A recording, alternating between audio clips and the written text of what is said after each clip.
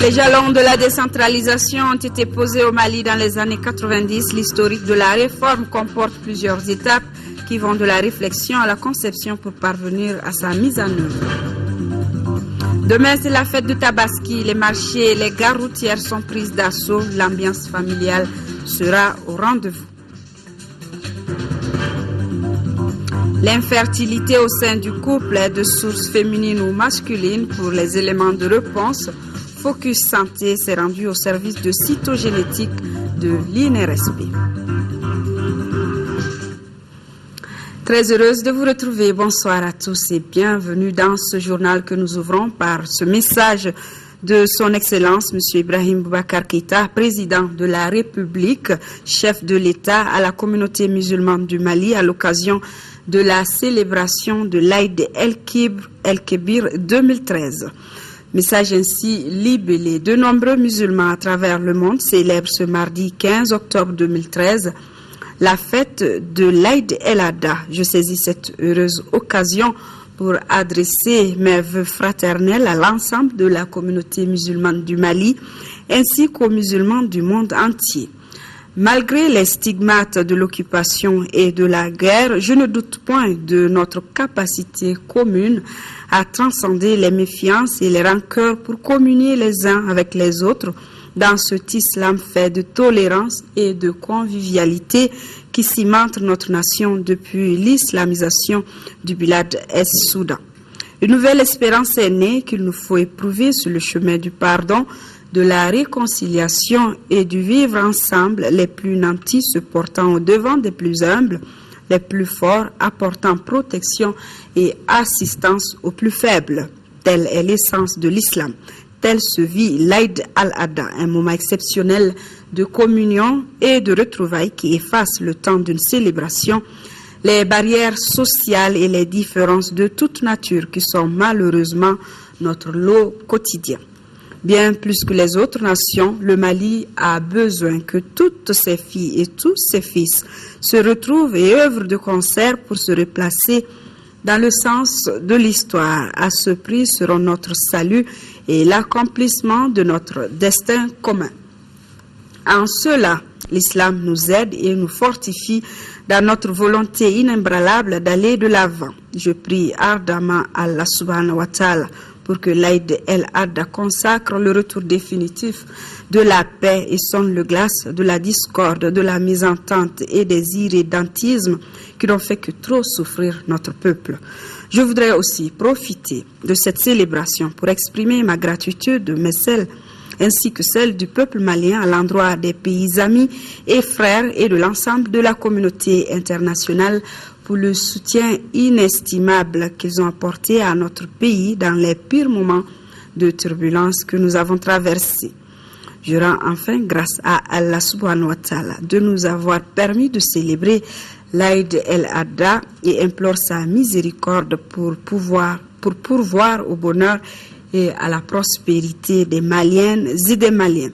Salam alaikum wa rahmatullahi ta'ala wa barakatuhu. Koulouba, le 14 octobre 2013, le président de la République Ibrahim Boubacar Keïta. Et toujours concernant la fête de demain, le ministre du Travail et des Affaires sociales et humanitaires communique la Tabaski étant une fête légale au Mali. La journée du mardi 15 octobre 2013 est chômée et payée sur toute l'étendue du territoire. Cet autre communiqué du commandant de la compagnie de circulation routière qui informe les usagers de la route qu'en raison de la prière de la fête de Tabaski, la circulation sera interrompue dans les environs immédiats de la grande mosquée de Bamako le mardi 15 octobre de 6h30 jusqu'à la fin de la prière. En conséquence, les usagers sont invités à obtempérer aux injonctions des forces de police en vue de faciliter leur passage. Le président de la République Ibrahim Boubacar Keïta, qui a donc regagné Bamako en provenance de la Guinée équatoriale, où il a pris part au 45e anniversaire de l'indépendance de ce pays, une visite qui a permis de renforcer la coopération bilatérale entre les deux pays. Envoyé spéciaux Aliou Touré, Brahma Traoré. Après 3 jours de visite en Guinée équatoriale, le président de la République Ibrahim Boubacar Keïta a de quoi être satisfait. Premier acquis du voyage présidentiel, c'est le soutien ferme du président équato-guinéen Teodoro Obiang Nguema Basogo à son homologue malien à faire face à la reconstruction de notre pays. Deuxième acquis à retenir, c'est la création très prochaine d'une commission mixte entre le Mali et la Guinée équatoriale. L'objectif est de mieux définir les axes de coopération. Le président Obiang Nguema a souhaité, ce que certains mettent des mois, ces années à réussir, a souhaité d'emblée que nous créions une commission mixte de coopération. Et vous avez le scoop, le Premier ministre du Mali se rendra ici, dans les meilleurs délais, pour la mise en forme de cela. Et comme le président Obiang Nguema, moi je crois fortement aussi en la coopération sud-sud. Et nous avons là un partenaire qui est prêt, qui est déterminé. Le Mali est donc du retour dans le concert des nations après plus d'une année de crise politique et sécuritaire. Maliens et équato-guinéens entendent redessiner une nouvelle page de leurs relations bilatérales. J'aimerais d'abord de profiter de votre micro pour remercier mon aîné, le président Teodoro Obiang Nguema Basogo et tout son peuple pour l'accueil fabuleux qu'ils nous ont réservé. Vous avez été témoins.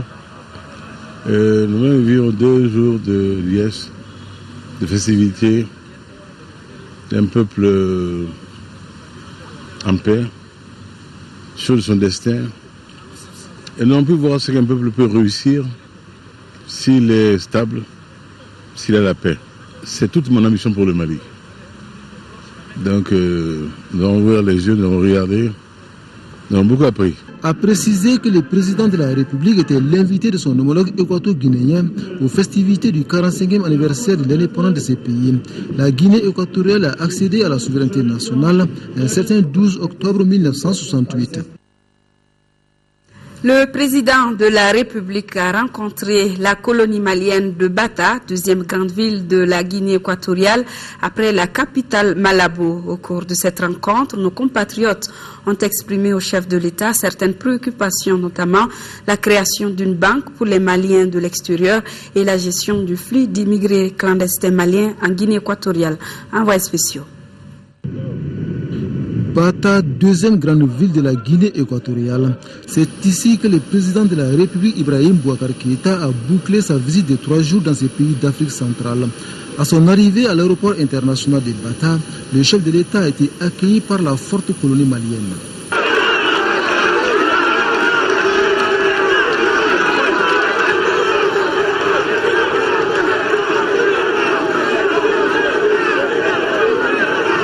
Après cet accueil populaire, la délégation présidentielle s'ébranle vers la ville. Direction le palais des congrès de Bata pour une rencontre intermalienne. Les premiers mots du président Ibrahim Boubacar Keïta sont ceux de reconnaissance et de remerciement de ses compatriotes. Nous avons fait cette escale-là vraiment pour vous saluer, pour vous dire ma considération, ma très grande considération. Je suis élu et grâce beaucoup à vous. Mais vous dire que le pays pense à vous plus que jamais. Que dorénavant, le président du Mali vous aura ici. Le président Ibeka et ses interlocuteurs ont échangé sur la situation du pays, l'évolution de la crise du Nord et les préoccupations des Maliens de Guinée équatoriale. Sur ce dernier point, nos compatriotes souhaitent la création d'une banque pour les Maliens de l'extérieur. Si on a une banque qui porte le nom du Malien de l'extérieur, le Conseil des Maliens de l'extérieur et le Haut Conseil vont collaborer pour alimenter, pour travailler mieux. Parce qu'on est dans des banques privées dispersées par d'ordre. On vient de faire une coopérative de l'habitat. On a eu 106 lots à Bamako grâce à l'intervention du directeur général des Maliens de l'extérieur. Mais si on avait une banque, je crois que c'était mieux, ça nous donnait plus de confiance. Une autre préoccupation soulevée est relative à un flux important d'immigrés clandestins maliens en Guinée équatoriale. Une situation difficile à gérer et occasionne des dépenses énormes. C'est ce qu'a expliqué le secrétaire général du Conseil des Maliens de Guinée équatoriale. Pour le président Ibeka, cette situation ne peut plus continuer. Les sources d'approvisionnement, les passeurs, nous leur ferons une guerre sans merci. Nous avons vu, il y a quelques jours, 300 sont morts en mer Méditerranée. Nous sommes responsables, nous, les chefs d'État africains. Il faut que nous travaillions nos pays. Il faut que nous développions nos pays. Il faut que nous arrêtions de voler. Telle doit être l'exigence des peuples africains. Dans chacun de nos pays, que nous fassions des gestions saines. Si nous gérons correctement, le monde peut nous aider. Et si le monde nous aide, cette aide ne doit pas détourner. Elle doit servir à créer l'emploi. Et elle peut créer l'emploi. Si nous sommes vigilants, et nous, au Mali, nous serons vigilants. Et de poursuivre par l'invitation des Maliens de Guinée équatoriale à respecter les textes et lois du pays d'accueil, autrement dit à se bien comporter. Une conduite correcte, conforme à la loi. Si nous demandons, monsieur le gouverneur, et aux officiels guinéens d'être attentifs à vous, il vous appartient également de faciliter les choses pour vos pays par vos comportements respectifs. Tout comportement délictueux porte atteinte à l'honorabilité de chacun de nos États. Gardez-vous-en. Gardez-vous-en. Après cette rencontre avec nos compatriotes, le président de la République s'est rendu au domicile du consul honoraire du Mali à Bata pour poursuivre les échanges sur la nécessité de faciliter les conditions de vie et de séjour des Maliens de Guinée équatoriale.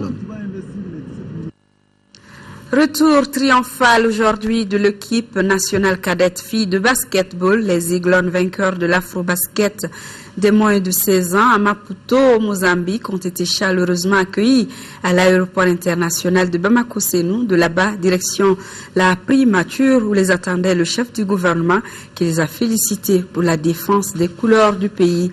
Le film de cette journée avec Siragatou Sissé, le reportage qui n'est pas prêt, vous l'aurez quand même d'ici la fin de cette édition. L'ambassadeur du Burkina Faso dans notre pays qui a été reçu ce matin en audience par le président de l'Assemblée nationale par intérim, Sané Mohamed Topa, en fin de mission, a échangé avec Younousi Touré sur la situation politico-sécuritaire actuelle de notre pays. Le diplomate burkinabé à sa sortie d'audience a été interrogé par Amadou Sankaré. Je voudrais dire que, voyons la crise après nous, tournons-nous résolument vers l'avenir pour construire une paix véritable. Nous avons des prémices d'une paix véritable. Puissent les rancœurs s'atténuer pour que tous les fils du Mali regardent vers l'avenir. Et je sais que les actions en cours, les initiatives louables en cours aboutiront. Le ministre de la Réconciliation est en contact avec les différents protagonistes. Et je souhaite que ces contacts soient couronnés de succès, que ce pays revienne véritablement vers la paix, pour le bien du Mali, pour le bien de la sous-région, pour le bien de l'Afrique. Mais je voudrais encore saisir l'occasion pour remercier l'Assemblée nationale, son président, l'ensemble des présidents qui se sont succédés depuis 2003, pour dire à l'ensemble des députés toute ma sympathie, tous mes encouragements. Ils ont joué un rôle majeur dans la résolution de la crise. Le ministère du Plan et de la Prospective tient depuis ce matin ici à Bamako l'atelier national d'élaboration du programme de développement accéléré des régions du Nord. Les experts examinent le document du programme de l'ensemble des acteurs de développement. C'est un programme qui regroupe 129 projets pour un coût de financement de plus de 100 milliards de nos francs. Moussa Fani, compte rendu.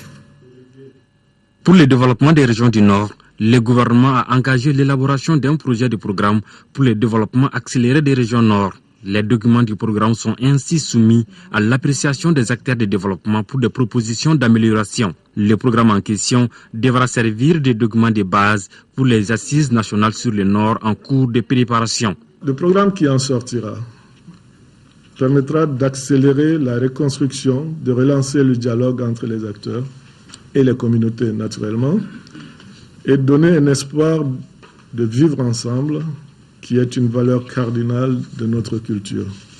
Le programme visant à consolider la paix et la sécurité comprend 5 axes, à commencer par le retour de l'administration et la cohésion sociale.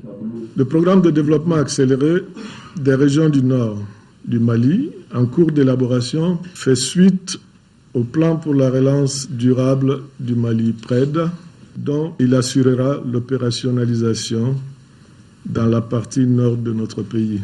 Il est conforme aux axes du cadre stratégique pour la croissance et pour la réduction de la pauvreté. Je vous promets le soutien et la coopération des PTF dans un processus interactif sous le leadership du gouvernement du Mali pour l'élaboration efficace d'un programme de développement accéléré des régions du Nord. Prennent part à cette rencontre les représentants de l'administration publique, des collectivités, de la société civile et des partenaires techniques et financiers. Le ministre de la Sécurité et celui des Affaires sociales étaient sur les lieux du naufrage de vendredi dernier à Mopti. Je vous propose d'écouter les 2 membres du gouvernement au micro de nos envoyés spéciaux Alpha Maïga et Aruna Diara. Qui n'est pas prêt, nous allons donc à la prochaine nouvelle. C'est le ministre du Commerce, Abdelkarim Konaté, qui a participé à Bruxelles du 9 au 11 octobre 2013 à la 17e réunion du comité ministériel commercial ACP et à la 12e réunion du comité ministériel commercial mixte ACP Union européenne. Lors de ces 2 rencontres, les discussions ont porté, entre autres, sur le processus des accords de partenariat économique, sur l'examen et l'adoption de la déclaration ACP concernant la 9e conférence ministérielle de l'OMC prévue du 3 au 6 décembre à Bali et le renforcement des relations commerciales intra-ACP. Le RTM vous propose à partir de ce jour une série de reportages consacrés à la décentralisation dont les jalons ont été posés dans les années 90.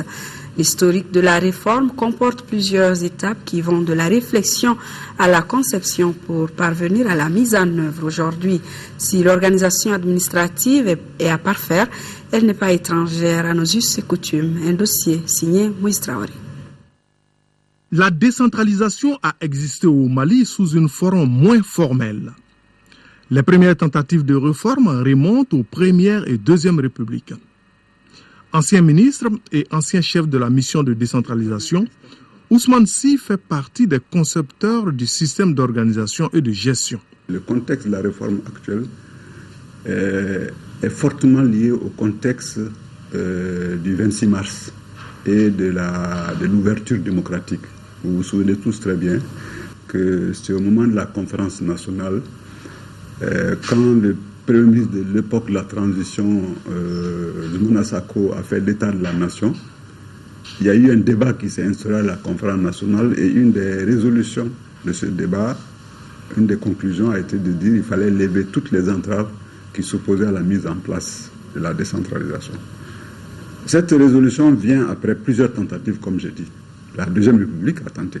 Tous ceux qui, à l'époque, savaient très bien que sous le régime Moussa, le bureau de l'IDPM et le gouvernement, à l'époque, avaient fait des missions dans toutes les régions pour aller parler de décentralisation. Même la Première République, sous Modibo, ils ont tenté de le faire.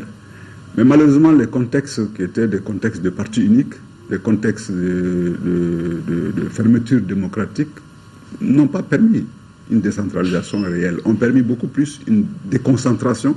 Après une vingtaine d'années de mise en œuvre, les élus ont leur perception de la réforme. Aujourd'hui, si ce n'est pas l'éducation et la santé, il n'y a aucune situation qui est autre chose qui est transférée dans les 2 communes. Quelle que soit la meilleure façon de dire, si les communes n'ont pas les moyens de leur politique, ça ne peut pas marcher. On communique ici sur une estimation de 700 millions de TZL, à peine si on arrive à recouvrir 20 millions par an. Et alors que si on a 700 millions, ça peut nous permettre, n'est-ce pas, de faire face à beaucoup de problèmes de développement en commune. Porté par un conseil extraordinaire à la tête de la commune de 268 000 habitants, l'élu a une expérience confortée par 3 mandats comme conseiller municipal. Depuis 2009, L'expert en décentralisation est également conseiller municipal de la commune rurale de Badjangara. Plusieurs pistes de solutions se présentent selon lui. Une des façons fortes de sortir le Mali de la crise, c'est d'aller dans une décentralisation intégrale et immédiate. La décentralisation, c'est le dossier du président ou tout au moins du Premier ministre. C'est un dossier qui ne peut pas être traité dans un département technique. Il faut passer à la phase de la régionalisation. En attendant, la décentralisation donne une langue et un visage à la démocratie au Mali. Je vous l'annonçais il y a quelques instants, retour triomphal aujourd'hui de l'équipe nationale cadette filles de basketball. Les Aiglons vainqueurs de l'Afro-Basket des moins de 16 ans à Maputo au Mozambique ont été chaleureusement accueillis à l'aéroport et par le Premier ministre. Le compte rendu de Siragato Sissé. 55 ce lundi 14 octobre 2013. Le thermomètre affiche 42 degrés à l'ombre. Le Boeing 767 transportant les princesses de l'Afro-Basket féminin des moins de 16 ans se pose sur le tarmac de l'aéroport international de Bamako-Sénou. Les héroïnes de Maputo au Mozambique et leur encadrement technique, la médaille d'or au cou, le trophée en main retrouvent la chaleur du pays. Le sourire aux lèvres, le visage teinté de bonheur, le cœur comblé de satisfaction du devoir accompli. Les Aiglons ont été accueillis à la dimension de leurs prestations par le ministre de la Culture, le Comité national olympique et sportif du Mali, la grande famille de la Fédération malienne de basketball et l'Union nationale des entraîneurs de basket du Mali, sans oublier le Comité central des supporters des Aigles du Mali. C'est toute la nation qui est fière de ces braves basketteuses sacrées 3 fois d'affilée championne d'Afrique. Je suis très heureuse aujourd'hui parce que mes amis m'ont aidé à prendre cette coupe. Je remercie tout le monde. C'est le travail des entraîneurs du Mali aujourd'hui qu'on doit mettre en avant parce que c'est grâce à eux qu'on a réussi ce travail-là. De l'aéroport cap sur la primature pour une réception sobre et colorée. Le chef du gouvernement, au nom du président de la République, remercie ses ambassadrices pour service rendu. Vous donnez l'image d'un Mali qui gagne et c'est dans le contexte actuel une satisfaction importante. Le Mali revient sur la scène internationale et que cela se confirme dans le domaine du sport et dans le domaine du sport juvénile est pour nous tout à fait important. Vous portez maintenant beaucoup de charges sur vos épaules, vous êtes jeune, il nous revient de prendre toutes les dispositions pour vous accompagner, pour vous permettre en junior, puis demain en senior, rééditer cet exploit et pourquoi pas d'aller beaucoup plus loin dans le cadre des championnats du monde. En tout cas, mes plus chaleureuses félicitations. Merci pour ce moment de bonheur que vous nous donnez et cette occasion de communier autour du Mali, de son redressement. Cerise sur le gâteau. Le Premier ministre a remis une enveloppe symbolique à l'équipe pour arroser cette consécration suprême. Félicitations aux filles. Fin ce jour à Washington des travaux des assemblées annuelles du FMI et de la Banque mondiale, une session durant laquelle le Mali aura fait son grand retour au sein de la communauté financière internationale. Le ministre de l'économie et des finances qui conduisait la délégation estime satisfaisante la participation malienne tout en reconnaissant que les signaux reçus sont positifs. Notre pays, qui est fortement sollicité par les différents bailleurs de fonds, entend toutefois avoir une démarche prudente pour éviter tout risque d'endettement incontrôlé. Salif Sanogo depuis Washington. Ce débriefing à chaud est une nouvelle démarche qu'entend initier le locataire de l'Hôtel des Finances. Une nouvelle démarche pour un Mali nouveau qui fait un retour remarqué sur la scène internationale. Cela s'est d'ailleurs ressenti dans les discussions menées par la partie malienne. Sans donner un bilan chiffré, pour Banam Boire et Félicie Soko, les signaux sont au vert. Pour des pays qui ont des ressources très limitées comme les nôtres, nous croyons que la flexibilité devrait être de mise en nous faisant confiance, en disant qu'on est responsable, que nous savons ce que nous faisons et que nous avons conscience de nos limites. À n'en pas douter, l'engouement autour de notre pays est réel. Les différents partenaires financiers sont prêts à accompagner le Mali.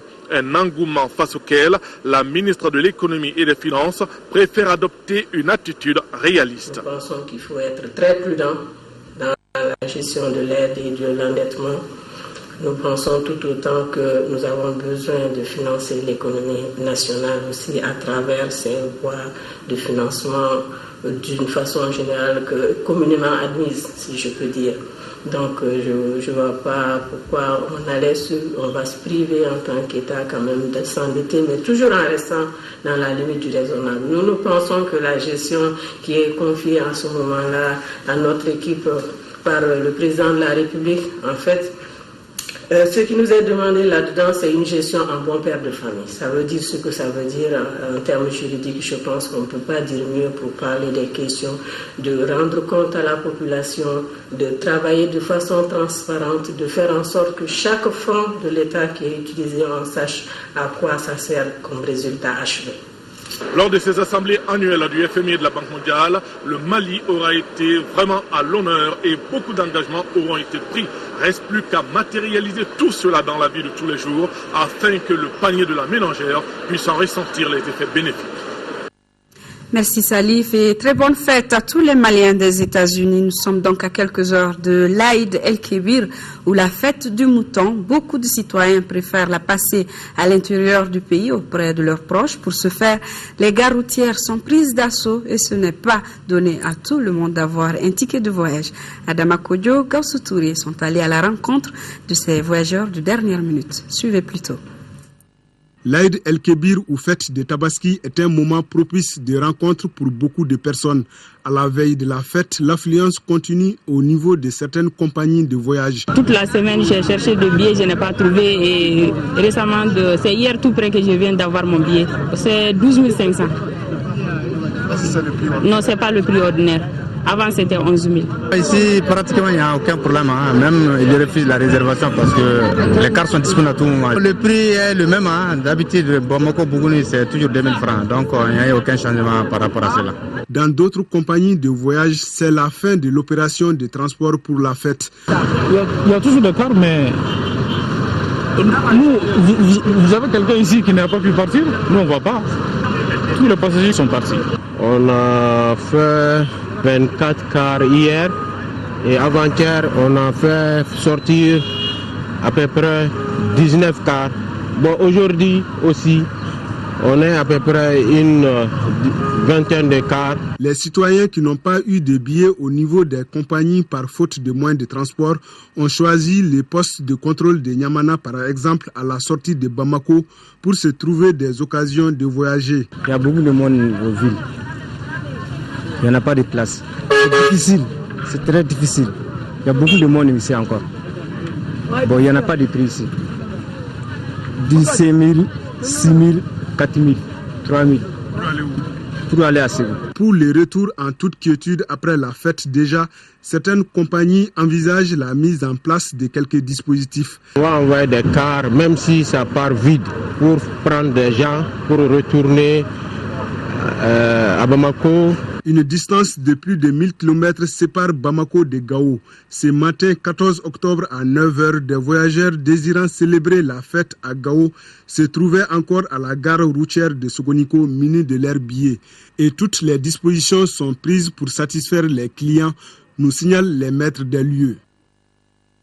Et du côté du grand marché, ce sont les bousculades et les embouteillages. Une autre de nos équipes de reportage y a fait un tour. Vous aurez le compte rendu dans cette édition. En prélude à la fête de Tabaski, la première dame, Keita Aminata Maïga, vient d'offrir 55 moutons à plusieurs ménages démunis du district de Bamako. Le geste est une initiative de son association Agir et des États des Émirats Arabes Unis qui vise à renforcer la solidarité en ce mois d'octobre. Les animaux ont été remis cet après-midi au directeur régional du développement social et de l'économie solidaire, Agali Agagissa. Donner du sourire aux membres de certains ménages démunis dans le district de Bamako. Ce geste de la première dame du Mali s'inscrit dans le cadre du mois de la solidarité. Il a un double objectif. Ces moutons constituent une donation des Émirats Arabes Unis à la Fondation Agir. Mais pour coller au mois de solidarité et pour soulager certaines familles, Mme Keita a voulu faire la redistribution de ces moutons au niveau de certaines familles démunies pour pouvoir les soulager afin qu'elles puissent participer dignement à la fête de Tabaski de demain. Ce don qui renforce l'élan de solidarité dans notre pays vient au bon moment. Cette donation est tombée à point nommé puisque nous sommes dans le cadre du mois de la solidarité, un mois de partage. Donc quand la première dame nous donne cette donation pour des familles démunies, nous sommes dans le cadre de la solidarité et de la lutte contre la pauvreté et contre l'exclusion. 9 moutons par commune, déjà 9 familles, 9 ménages, c'est beaucoup. C'est la commune 4 du district de Bamako qui a servi de cadre à la première remise de 9 moutons. Les 9 bénéficiaires ont salué ces gestes combien importants en cette veille de la fête de Tabaski. Islamic Relief International est également venu au secours des couches défavorisées. L'ONG leur a remis 1270 bœufs pour leur permettre de passer une bonne fête de Tabaski. Un don destiné aux personnes handicapées, veuves, enfants orphelins et autres victimes des inondations des régions de Koulikoro, Mopti, Tombouctou et du district. Abdrahman Mega. Donnez aux pauvres leur part dans ce que je vous ai donné, et celui qui aide un démuni ou un orphelin aura la récompense divine. Ces 2 passages édictés dans le Saint-Coran retrouvent toute leur signification dans ces gestes d'Islamic Relief à quelques heures de la fête de Tabaski. Cette organisation internationale humanitaire créée en 1984 vient de faire un don de 1270 bœufs en vue de soulager en ce jour béni de Rafat la souffrance des personnes en situation difficile. À travers ce geste, Islamic Relief Mali illumine le cœur de certaines personnes issus des couches fragiles de la société. Parmi les bénéficiaires de cette action caritative figurent les personnes handicapées, les veuves, les orphelins et les victimes des inondations des régions de Koulikoro, Mopti, Tombouctou et ceux du district de Bamako. Installé au Mali depuis 1997, Islamic Relief s'est fixé comme objectif prioritaire d'accompagner le gouvernement malien dans ses efforts de lutte contre la pauvreté. C'est pourquoi, dans son plan d'action, cette ONG intervient dans notre pays à travers 3 axes majeurs: la sécurité alimentaire, l'approvisionnement des populations en eau potable et l'assistance sociale et protection de l'enfance. Ces groupes cibles sont en grande partie composés entre autres des enfants orphelins, des veuves, des personnes âgées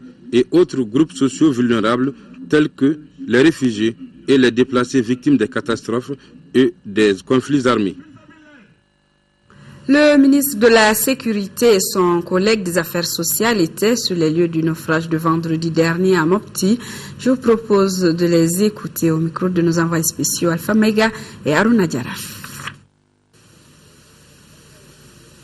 Nous avons remis une enveloppe de 500 000. Nous allons remettre aussi des moutons, nous allons remettre du riz, du thé et du sucre pour ceux qui restent ici. Et il y aura un financement, bien entendu, du voyage de ceux qui restent maintenant et de ceux qui partent immédiatement. Tous seront pris en charge pour rentrer chez eux. Bien sûr, aux autorités administratives, et régionales et locales, pour que rapidement on mette en place un comité de crise. D'abord, pour savoir les raisons pour lesquelles ce drame est arrivé, les défaillances qu'on a constatées et qu'on y remédie. Et que ce secteur soit réglementé. Rien n'est contrôlé. L'embarcation n'est pas contrôlée, les passagers ne sont pas contrôlés et la qualité même des hommes qui conduisent ces gens n'est pas contrôlée.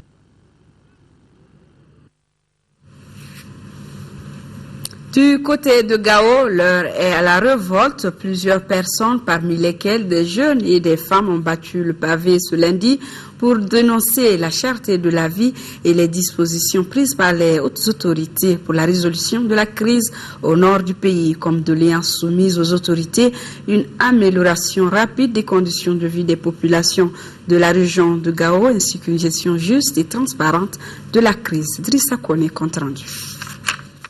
Ce lundi matin, les activités commerciales étaient paralysées par la fermeture de magasins et autres lieux de commerce dans la cité des Askia.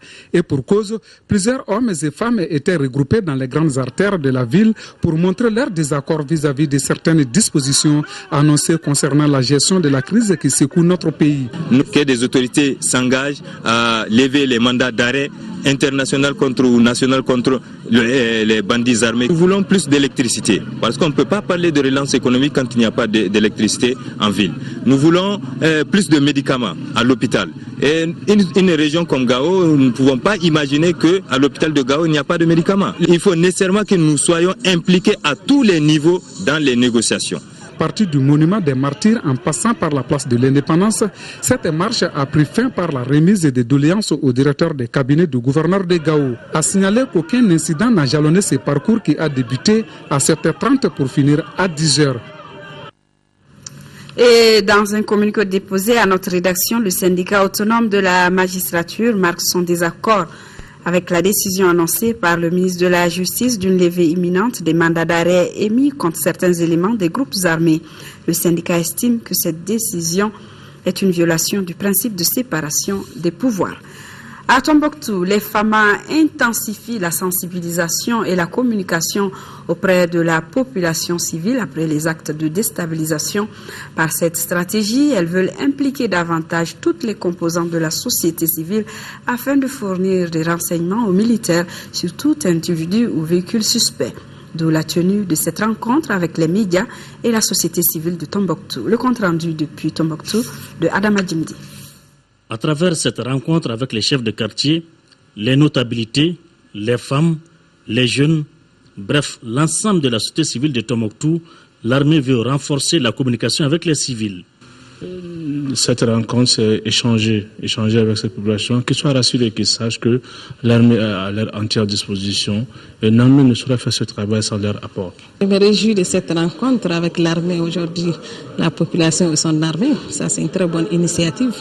Ça nous permet aujourd'hui d'échanger autour de ce qui nous préoccupe tous aujourd'hui. C'est la paix, la sécurité à Tombouctou. L'attaque du camp militaire du 28 septembre a prouvé que la vigilance doit être intensifiée à tous les niveaux.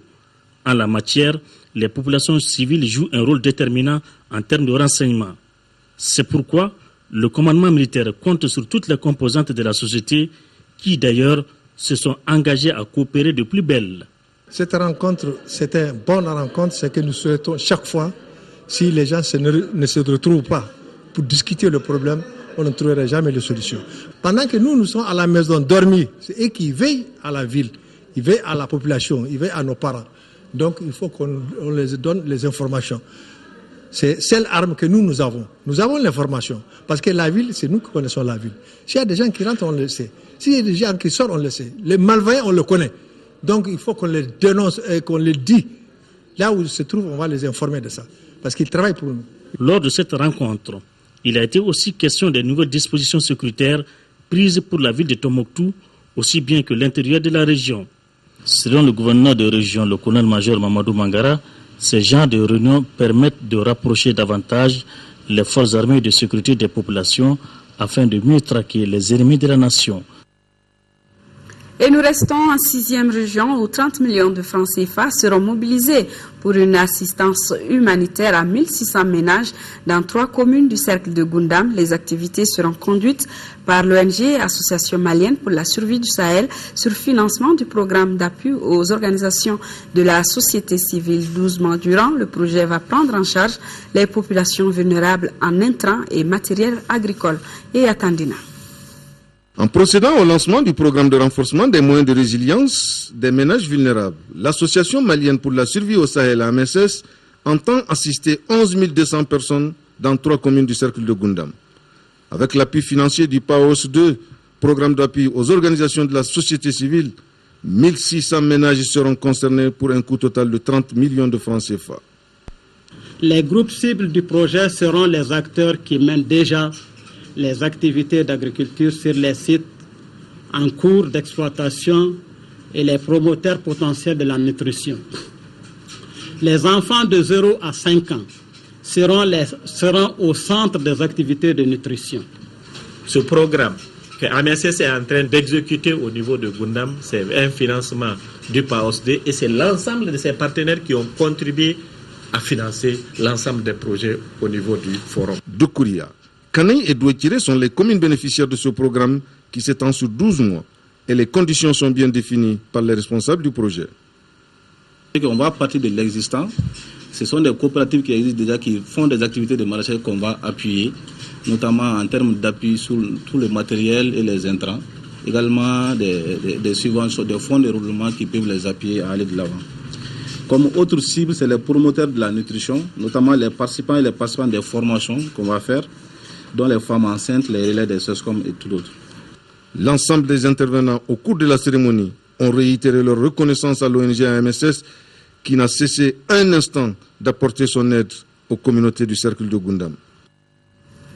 L'association Femmes et Développement a offert des kits scolaires et une tonne de riz à 30 enfants démunis de la commune 2 du district de Bamako. Chaque enfant a reçu un kit scolaire et un sac de 50 kg de riz. Ce geste de l'association des femmes et le développement entre dans le cadre du mois de la solidarité et de la lutte contre l'exclusion qui est à sa 6e édition.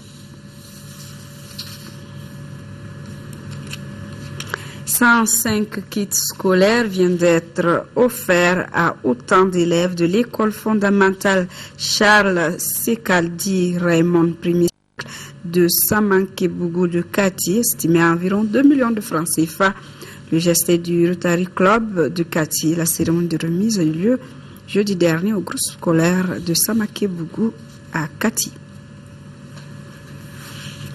Le lancement de la première édition du Festival des Arts de Konna pour la paix a eu lieu vendredi au siège d'Africa Scène à Sogoniko. Les organisateurs étaient face à la presse pour présenter le projet. Le festival qui s'annonce sous le thème « Le prix de la liberté » se tiendra à Konna du 17 au 19 janvier 2014. Moussa Tiyan Kanté, compte rendu. C'est parti pour la première édition du Festival des Arts de Konna pour la paix. À cette occasion, les organisateurs étaient face à la presse pour présenter le projet. Rendre un hommage aux forces armées maliennes et étrangères qui nous ont accompagnés dans la libération de notre pays. C'est également mettre en valeur la culture des peuples de transhumance de Konna. C'est également fêter Konna. Comme on sait, la bataille de Konna a été un tournant dans l'histoire du Mali. Et nous nous sommes dit qu'en instaurant un festival à Konna, c'est un devoir de mémoire pour le Malien. Il est prévu de mettre en place un rond-point d'Amiens Boiteux que nous allons mettre en collaboration avec la mairie de Konna. Nous allons également mettre en place un musée du soldat qui va nous permettre de récupérer les obus, les mortiers, les voitures calcinées, histoire de protéger ce patrimoine-là en fait, qui fait partie de l'histoire du Mali. Également, il y aura des festivités, il y aura des concerts. Konna, ville tristement célèbre depuis janvier 2013, suite à la bataille qui a vu la victoire de l'armée française et l'armée malienne contre les djihadistes. La ville est totalement libérée le 17 janvier 2012.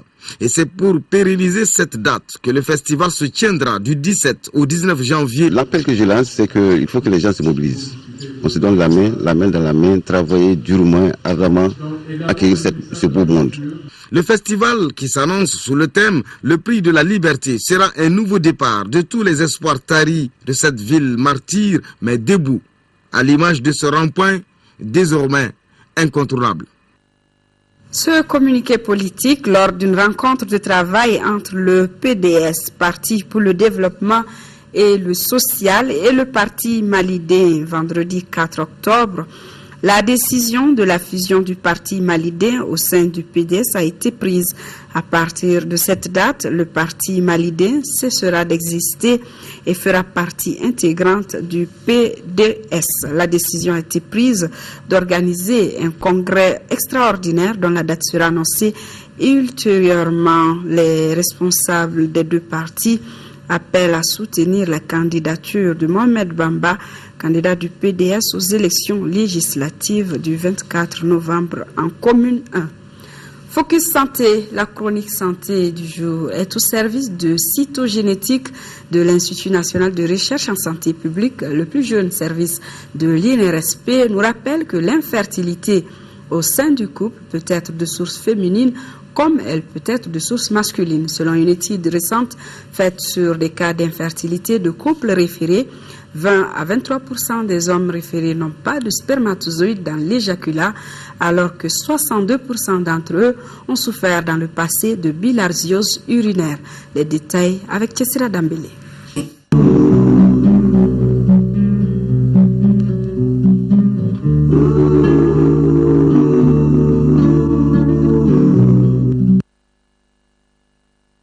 C'est ici, dans le quartier de Bamako-Koura, que se trouve l'essentiel du service de cytogénétique et de biologie de la reproduction de l'INRSP.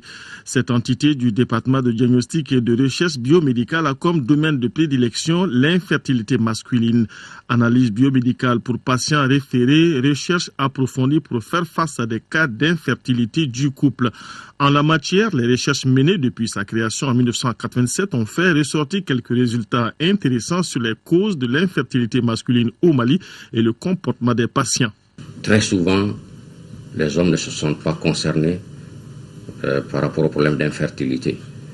Et c'est très souvent la femme qui vient pour faire les analyses. Alors le deuxième point, c'est que nous avons retrouvé beaucoup d'antécédents de maladies sexuellement transmissibles. Population jeune, maladies sexuellement transmissibles. Donc c'est des jeunes, très souvent ils ne traitent pas correctement ces maladies sexuellement transmissibles. Et après ça crée des problèmes qui peuvent être source d'infertilité. Ensuite nous avons rencontré beaucoup de jeunes qui fument beaucoup. Donc des antécédents de tabac assez importants et parfois d'alcool, mais l'alcool c'est pas aussi fréquent. Et d'autres antécédents qu'on a retrouvés, c'est des antécédents de bilharziose urinaire. Et avec les études qu'on a eu à faire ici, on s'est rendu compte que les œufs de bilharzie, ils parcourent tout le tractus génital de l'homme. Et dans nos études, on en a retrouvé au niveau de la prostate, on en a retrouvé au niveau des vésicules séminales et au niveau des testicules. Et ce sont ces trois organes qui interviennent justement pour la fabrication du sperme. Alors un autre élément qu'on a constaté, c'est le port de slip en nylon. Alors les gens ils portent des caleçons en nylon. Et le problème de ces caleçons en nylon, c'est que ça conserve la chaleur. Parce qu'en fait les testicules, au niveau des testicules, la température doit aussi autour de 34 degrés.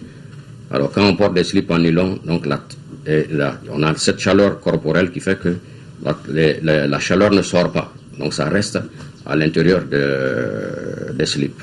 Et donc ça peut jouer sur la spermatogénèse. Le service de cytogénétique et de biologie de la reproduction fait également des analyses sur les cas de malformation congénitale. Il peut être sollicité pour confirmer ou infirmer un cas de viol. Les chercheurs ont pu faire le portrait robot du Malien vivant avec un problème d'infertilité. La tranche d'âge des hommes qui viennent faire leur examen spermologique chez nous est située entre 30 et 39 ans. Et là, c'est quand même une tranche assez jeune. Et nous avons constaté aussi que les personnes qui viennent faire les analyses, la plupart de ces personnes viennent après 5 à 10 ans de mariage. Et ça veut dire que les gens qui sont préoccupés par les problèmes de procréation prennent du temps avant de s'occuper de l'exploration, en tout cas chez l'homme. Il y a autres résultats qui nous ont montré que ces hommes-là qui viennent pour des problèmes d'infertilité, environ 20 à 23% n'ont pas de spermatozoïdes dans leur sperme. Avec une idée sur les déterminants de l'infertilité masculine et en exclusion de toute cause génétique, un certain nombre de mesures sont suggérées pour éviter toute infertilité masculine acquise. Le problème des maladies sexuellement transmissibles, population jeune, c'est de les traiter vraiment à temps. Ensuite, il y a le problème de la cigarette. Ce sont des sujets jeunes qui fument beaucoup. Donc, la cigarette pouvant avoir un rôle néfaste sur la qualité du sperme. Ensuite, il y a la bilharziose. Donc, je l'avais dit tantôt, les gens y négligent. Pour eux, c'est une maladie assez banale, alors que c'est une maladie qui peut amener beaucoup de complications. Donc, traiter assez tôt la bilharziose.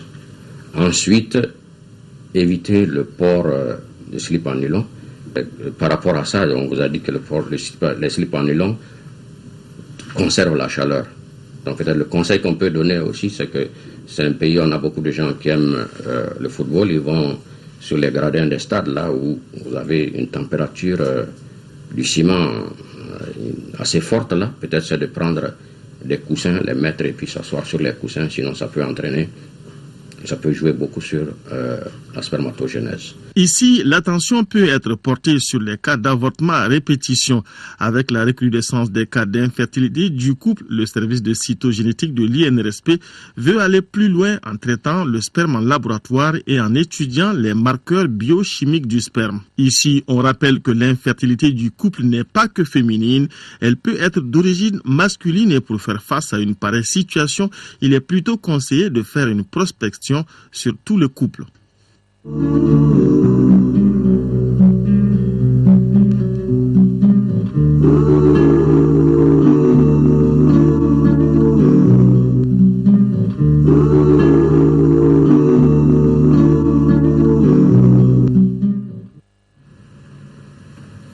Et la page noire de ce journal, l'ORTM en 2, notre collègue Oumar Sangari, directeur de la Radio Nationale, nous a quittés hier de suite d'une courte maladie. Il était âgé de 61 ans. Oumar Sangari a commencé à l'ORTM en 1978 comme journaliste.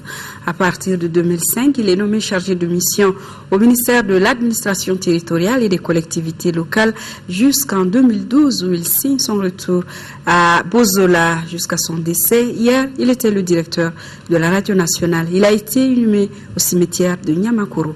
Mohamed Diarra. Mesdames et messieurs, il est 13h. L'édition de 13h vous est présentée par Oumar Sangari. Cette voix s'est tue pour l'éternité, c'est celle de Oumar Sangari. Ce journaliste chevronné qui a toujours servi avec abnégation partout où il a été est décédé ce dimanche à l'âge de 61 ans des suites d'une courte maladie. C'est avec tristesse et émotion que ses camarades, amis et autres connaissances l'ont accompagné à sa dernière demeure. C'est une amitié de 40 ans qui arrive à son terme. Nous avons tout connu ensemble, jeunes étudiants à l'école normale supérieure, jeunes professeurs, pratiquement nous avons tout connu dans la vie. Il était avec tous ses amis, avec toute sa famille, tous ses frères, tous ses cousins, toutes ses sœurs. Tout le monde ne jurait que par lui. Le natif de Fana est entré dans la fonction publique en septembre 1977 en qualité de professeur de l'enseignement secondaire. 5 mois plus tard, il est affecté au ministère de la Communication comme journaliste et réalisateur et mis à la disposition de l'ORTM la même année. Ce fut alors le début d'une riche carrière pour ce Peul Bontin. Il fut successivement rédacteur en chef et chef de division à la radio rurale. Nous sommes en 1994. Il s'est caractérisé par sa rigueur et son sérieux. Ses collaborateurs retiennent de lui son franc-parler. Je retiens de lui que c'est quelqu'un, comme on dit dans notre jargon, qui n'avait pas la langue dans la poche, compte tenu du franc-parler qu'il nous disait en séance de rédaction. Mais également, il savait doubler de ça d'une amitié, d'une amabilité. Ensemble, nous avons jeté les bases de l'animation rurale. Quand je dis nous avons jeté les bases de l'animation rurale, parce que son arrivée à l'animation rurale a coïncidé avec le programme FAO, où tous les animateurs devraient apprendre les méthodes de production des émissions publiques et des micro-programmes avec François Kerr. Il a coïncidé avec ce grand programme. Et d'ailleurs, c'est la bonne gestion de ce programme qui lui a valu sa présence à la FAO. En 2005, il quitte momentanément l'ORTM et est nommé chargé de mission au ministère de l'administration territoriale. Là-bas aussi, il a imprimé ses marques. Oumar était un très grand professionnel. On a eu à le constater pendant tout le temps qu'il a travaillé avec nous à l'administration territoriale. Et comme je l'ai dit, c'est lui qui nous a aidés à monter un service de communication digne de ce nom au niveau du ministère de l'administration territoriale. Ce poste, il l'a occupé jusqu'en 2012, où il signe son comeback à l'ORTM en tant que directeur de la radio nationale, poste qu'il occupa jusqu'à sa mort. À noter qu'Oumar Sangari a fait ses études primaires à Fana et Markala.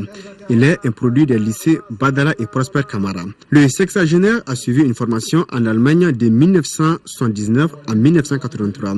Il a aussi participé à plusieurs séminaires dans la sous-région. Les auditeurs de l'ORTM se souviendront longtemps de cette voix. Oui, à 13h20 s'achève ce journal qui vous a été présenté par Oumar Sangari et à bientôt. La fin de ce journal, mais aussi malheureusement celle d'une riche carrière. Oumar Sangari repose désormais au cimetière de Niamakoro et laisse derrière lui une veuve et 2 orphelins un garçon et une fille. Dors en paix, chers collègues, c'est la fin de cette édition que vous pourrez suivre sur notre site internet. L'information continue également avec le journal télévisé des formations, une présentation de Amadou Sankari. Je vous retrouve demain, s'il plaît à Dieu, à 20h. Très bonne fête à tous. À demain.